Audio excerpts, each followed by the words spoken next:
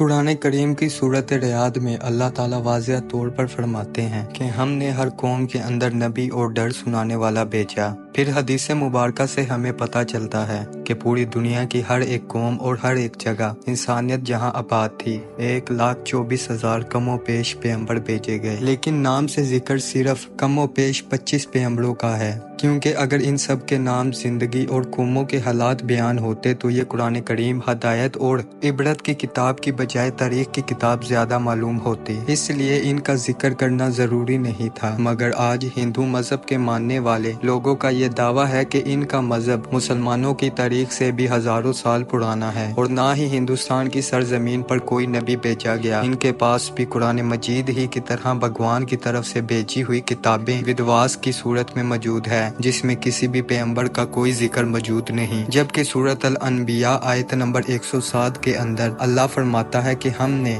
آپ کو تمام جہانوں کے لیے یعنی قیامت تک کے انسانوں کے لیے ہدایت بنا کر بھیجا، جس کا مطلب ہے کہ اس میں ہندوستان کی سرزمین بھی شامل ہے۔ تو پھر ہندو مذہب کے ماننے والے اس کا انکار کیوں کرتے ہیں؟ اگر اس سرزمین پر کوئی نبی واقعی ہی نہیں بھیجا گیا تو پھر رسول کریم صلی اللہ علیہ وآلہ وسلم کا ذکر ان کتابوں میں کیسے موجود ہے؟ نوح علیہ السلام اور ان کی کشتی کا ذکر کیسے بیان ہوا؟ حضرت عیسیٰ علیہ السلام کی واپسی کا ذکر کیسے بیان ہوا ہے؟ ایک اللہ کی عبادت کا کیوں کہا گیا ہے؟ اگر یہ واقعی اس قوم کے اندر ہدایت کے لیے آنے والے کسی نبی کی تعلیمات ہیں جنہیں وقت کے ساتھ بیکار دیا گیا تو وہ کون سے پیغمبر ہیں؟ یعنی سوال یہ ہے کہ یہ ہندو کس نبی کی امت ہیں؟ آئیے ان سوالات کا جواب تاریخ سے جاننے کی کوشش کرتے ہیں اور ایسے حقائق جانتے ہیں جو تمام ہندو پنڈت، اسکالر اور تاریخ دان آج تک دنیا سے چھپاتے ہیں۔ ناظرین، ویڈیو میں مزید آگے بڑھنے سے پہلے اگر آپ نے ہمارے اس چینل ہنسی خان کو سبسکرائب نہیں کیا تو سب سے پہلے کر لیجئے اس کو سبسکرائب، کیونکہ اس چینل کو سبسکرائب کرنے سے آپ کو فیکٹس والی، ریئلٹی والی اور ہسٹوریکل ویڈیوز ریگولر ملتی رہیں گی۔ ہندو مذہب کے ماننے والے لوگوں کا یہ دعویٰ ہے کہ یہ دنیا کا سب سے قدیم ترین مذہب ہے، اتنا قدیم کہ جب اسلام یا مسلمان لفظ کا وجود تک ہی موجود نہیں تھا، جو کہ صحیح بھی ہے، کیونکہ کفر و شرک کی ابتدا اسی دن سے ہو گئی تھی جب حضرت آدم علیہ السلام کے بیٹے قابیل نے حابیل کو قتل کیا اور ان سے الگ ہو کر کفر و شرک کے اندر مبتلا ہو گیا۔ حضرت ابراہیم علیہ السلام کی قوم بھی بت پرست تھی۔ حضرت موسیٰ علیہ السلام کی قوم نے بھی ایک وقت پر سونے کے بچھڑے کی عبادت کرنا شروع کر دی تھی، یہاں تک کہ رسول کریم صلی اللہ علیہ وآلہ وسلم کے اعلان نبوت سے قبل کعبے کے اندر 360 بت موجود تھے، جنہیں فتح مکہ کے وقت صحابہ کرام نے توڑ توڑ کر ٹکڑے کر دیے تھے، جس سے یہ معلوم ہوتا ہے کہ بت پرستی تو دنیا کے پہلے انسان حضرت آدم علیہ السلام کی نافرمان اولاد کے وقت سے آج تک موجود ہے، مگر اس کا تعلق کسی مذہب سے نہیں بلکہ گمراہی سے ہے جو کہ شیطان ان سے کرواتا رہا۔ مگر جہاں تک ہندوستان کی سرزمین کا تعلق ہے تو یہاں پر ان لوگوں کی ہدایت کے لیے یقیناً کئی پیغمبر بھیجے گئے جن کی کچھ تعلیمات تو آج بھی صحیح حالت میں موجود ہے، مگر زیادہ تر کو بگاڑ کر اسی کی وجہ سے بت پرستی اور گمراہی شروع ہو چکی ہے، کیونکہ ان کتابوں میں آج بھی ایک خدا کی عبادت کا حکم دیا گیا ہے۔ یہ بتایا گیا ہے کہ خدا کا کوئی شریک نہیں، وہ ایک ہے، اس کی کوئی اولاد نہیں، مگر پھر بھی اس کی کئی مورتیاں بنا کر اس کے شریک خدا بنا کر اس کی پوجا ہوتی ہے،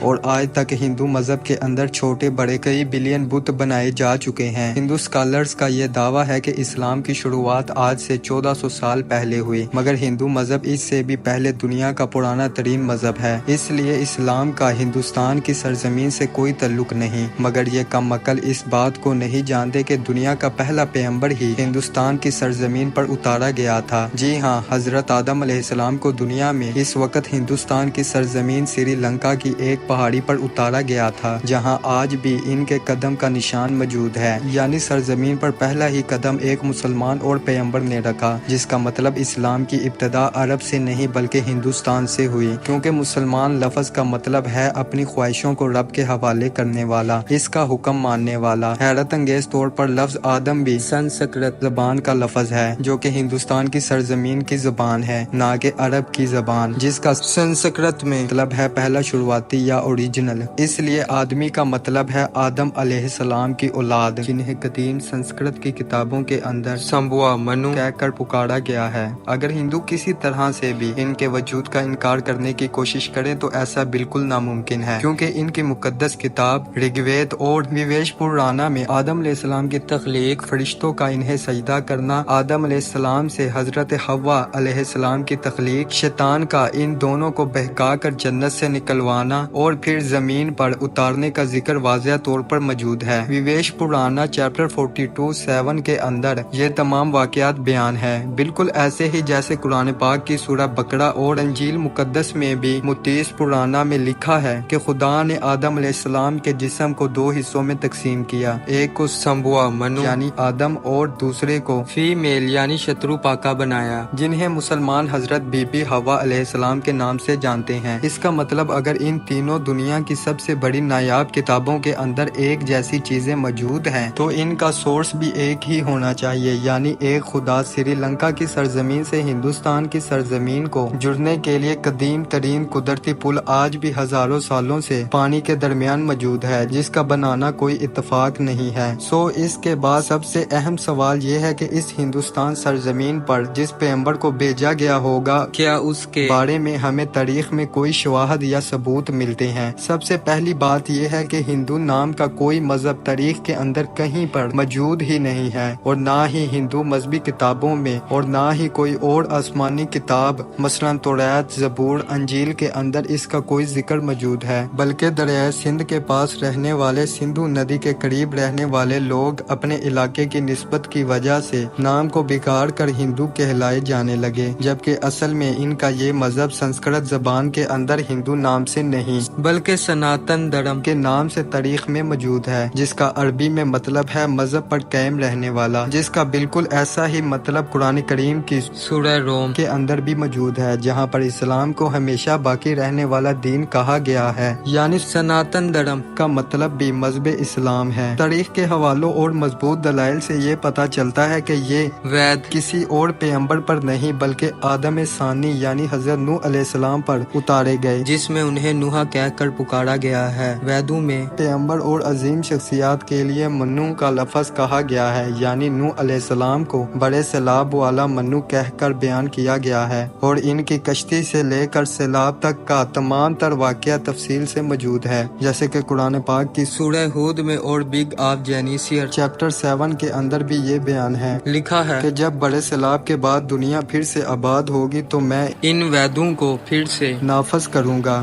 اور باویش پرانا چیپٹر 42:7 کے اندر نوح علیہ السلام کے طوفان کے بارے میں بیان کیا گیا ہے، اور یہ بھی کہ اس منو کو خدا نے کشتی بنا کر اس کے اندر جانداروں کو سوار کرنے کا حکم دیا، جس کے بعد ایک عظیم طوفان آیا جس نے ہندوستان کی سرزمین پر زندگی کو ختم کر دیا۔ لفظ نوح سنسکرت زبان کے اندر بھی موجود ہے، جس کا مطلب ہے کشتی والا، وہی مطلب جو کہ عربی زبان کے اندر ہے۔ اس دوران یہ وداس فیوچر کے بارے میں بیان کر رہی ہے کہ کیسے ایک بڑا طوفان آنے والا ہے اور کیسے ایک بار پھر انسانیت کی شروعات ہوگی۔ فرانس کے ایک رائٹر اے ڈباؤس کو 40 سال تک پڑھا اور بتایا ہے کہ طوفان نوح کے بعد ہندوستان کی سرزمین ایک صحرا کی طرح تھی جسے آباد کیا گیا، اور خود وداس بھی بار بار نوح علیہ السلام کو مخاطب کر کے ان کے واقعات کو بیان کر رہی ہے، جس کا مطلب ہے کہ ہندوستان کی سرزمین اور نوح علیہ السلام کے درمیان ایک تعلق موجود ہے، اور طوفان نوح کے بعد جن وداس کو نافذ کرنے کا بیان کیا گیا وہ حضرت نوح علیہ السلام کی تعلیمات تھی، جو اس طوفان کے بعد ہندوستان سرزمین پر ان کے ایک بیٹے کی نسل سے آگے پھیلنا شروع ہوئی، اور اس کے بعد اس قوم نے گمراہ ہو کر بت پرستی کرنا شروع کر دی، کیونکہ تاریخ کے حوالوں سے ہمیں پتہ چلتا ہے کہ نوح علیہ السلام کی قوم کے جیسے دیوی دیوتاؤں کی پوجا کرنے کا تصور دنیا میں کہیں اور موجود نہیں تھا۔ قرآن کریم میں نوح علیہ السلام کی قوم کو سابی کہا گیا ہے، جو کہ عراق کی سرزمین کو کہتے ہیں، جہاں پر صرف حضرت ابراہیم علیہ السلام پیدا ہوئے، جن کی قوم یہی مشرک تھی، جنہوں نے نوح علیہ السلام اور ان کے درمیان آنے والے تمام انبیاء کی تعلیمات کو یا تو بدل دیا تھا یا پھر بلا دیا تھا، اور انہی کی پوجا کرتے تھے۔ اس کے علاوہ یہ فرشتوں کی عبادت کیا کرتے تھے،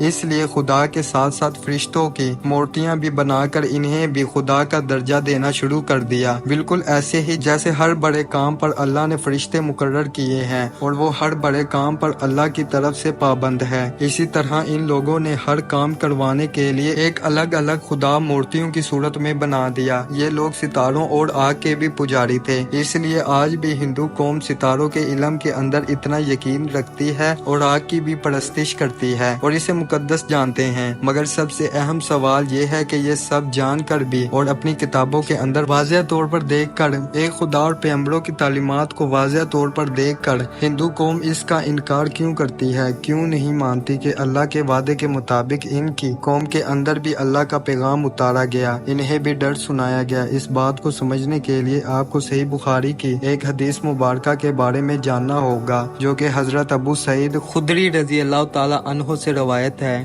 کہ رسول کریم صلی اللہ علیہ وآلہ وسلم نے فرمایا کہ قیامت کے دن حضرت نوح علیہ السلام اور ان کی قوم کو بلایا جائے گا اور اللہ تعالیٰ نوح علیہ السلام سے یہ سوال کریں گے کہ کیا آپ نے اپنی قوم تک میرا پیغام پہنچا دیا تھا؟ حضرت نوح علیہ السلام فرمائیں گے کہ بے شک میرے مالک۔ اس کے بعد نوح علیہ السلام کی قوم سے پوچھا جائے گا کہ کیا نوح نے میرا حکم تم تک پہنچا دیا تھا؟ یہ لوگ انکار کریں گے، نہیں، ہمارے پاس کوئی بھی ڈر سنانے والا نہیں آیا، ہمیں آپ کا کوئی پیغام نہیں ملا۔ اللہ تعالیٰ نوح علیہ السلام سے فرمائیں گے کہ آپ کا گواہ کون ہے؟ وہ فرمائیں گے کہ حضرت محمد صلی اللہ علیہ وآلہ وسلم اور ان کی امت۔ پھر تم لوگوں کو پیش کیا جائے گا اور تم لوگ گواہی دینا کہ نوح علیہ السلام نے اپنا پیغام یا اللہ کا پیغام پہنچا دیا تھا۔ جس کے بعد نبی کریم صلی اللہ علیہ وآلہ وسلم نے سورۃ بقرہ کی آیت نمبر 143 پڑھی، اور اسی طرح سے ہم نے تمہیں امت وسط بنایا، یعنی درمیانی امت بنا دیا، تاکہ تم لوگوں پر گواہ رہو اور رسول تم پر گواہ رہیں۔ جس سے یہ ثابت ہوا کہ ہندو قوم کبھی اپنے نبی نوح علیہ السلام کی تعلیمات یا کسی اور پیغمبر کو تسلیم نہیں کریں گے، اور ہندوستان کی سرزمین کا اصل مذہب اسلام ہی ہے، جو کہ بگاڑ کی وجہ سے اپنی اصل شکل کھو چکا ہے۔ آج یہ ہماری ذمہ داری ہے کہ ہم ان لوگوں تک اللہ کا پیغام صحیح حالت میں پہنچائیں، کیونکہ ہمارے رسول کریم صلی اللہ علیہ وآلہ وسلم کو تمام جہانوں کے لیے رحمت بنا کر اور درس سنانے والا بنا کر بھیجا گیا۔ اب قیامت تک جو کہ کسی پیغمبر یا رسول نے نہیں آنا، اس لیے یہ کام امت مسلمہ کے ذمہ ہے، جس سے قیامت کے روز اس بارے میں سوال کیا جائے گا۔ کئی علماء اور ولیوں نے موجودہ دور کے اندر اس کی بہت کوشش کی اور کافی حد تک لوگوں کو مسلمان کیا، مگر افسوس ہمارے ملک پاکستان میں فرقہ واریت سے بڑا دین اس انداز میں موجود ہے، جو کہ ہم پوری دنیا میں تبلیغ کے طور پر پیش کرنے کے قابل نہیں ہیں، کیونکہ آج مسلمان تحقیق کے معاملے میں اور علمی میدان میں دنیا سے بہت پیچھے رہ چکا ہے۔ اللہ تعالی ہمیں سمجھنے اور عمل پیرا رہنے کی توفیق عطا فرمائے، آمین۔